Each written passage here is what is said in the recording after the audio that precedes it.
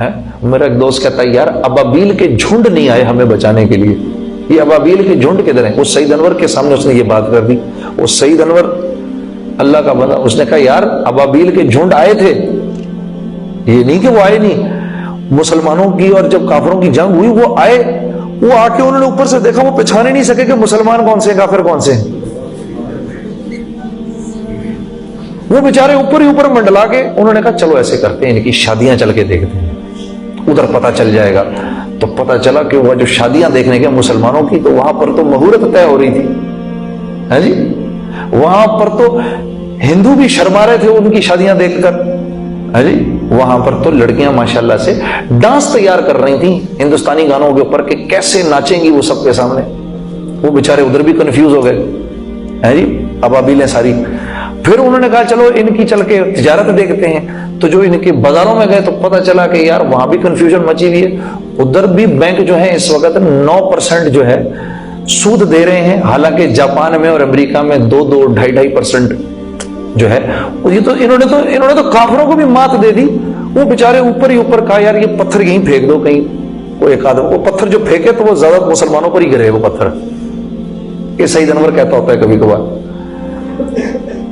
کیا کر رہے ہیں ہم، کیا کر رہے ہیں؟ دل کی آنکھ کو کھولو، اپنی زندگیوں کی قیمت لگاؤ اللہ کے سامنے. اگر اس راستے پر نہیں نکلو گے اللہ اپنی منشا کبھی نہیں کھولے گا. اوپر ہی اوپر پھر پھرا کے بس نیچے ہی نیچے ایسے ہی چلا کے گزر جائے گی زندگی،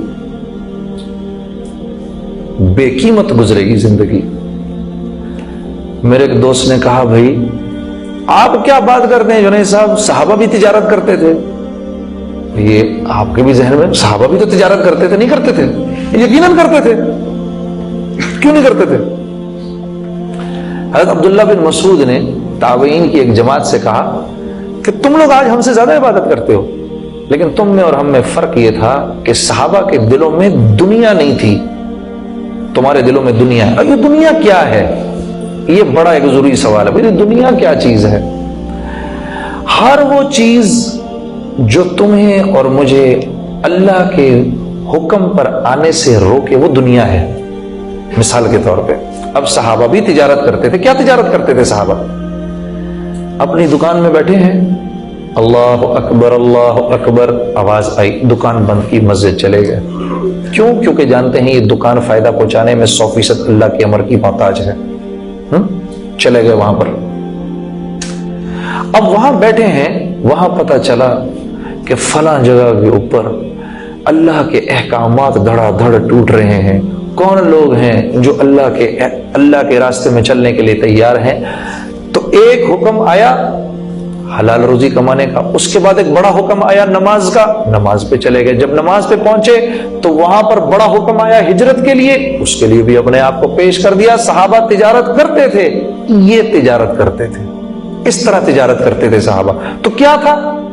کیا تھا؟ اللہ نے ان کی دنیا بھی ایسی بنائی، ایسی بنائی، ایسی بنائی. حضرت عبد الرحمن بن عوف، مولوی طارق جمیل صاحب سے میں سن رہا تھا، دنیا سے جب گئے تو 3 ارب 30 کروڑ سونے کی اشرفیاں چھوڑ کر گئے. یہ کاغذ کے پرچے نہیں. ہم نے وہ صحابہ کو کیا سمجھ رکھا ہے؟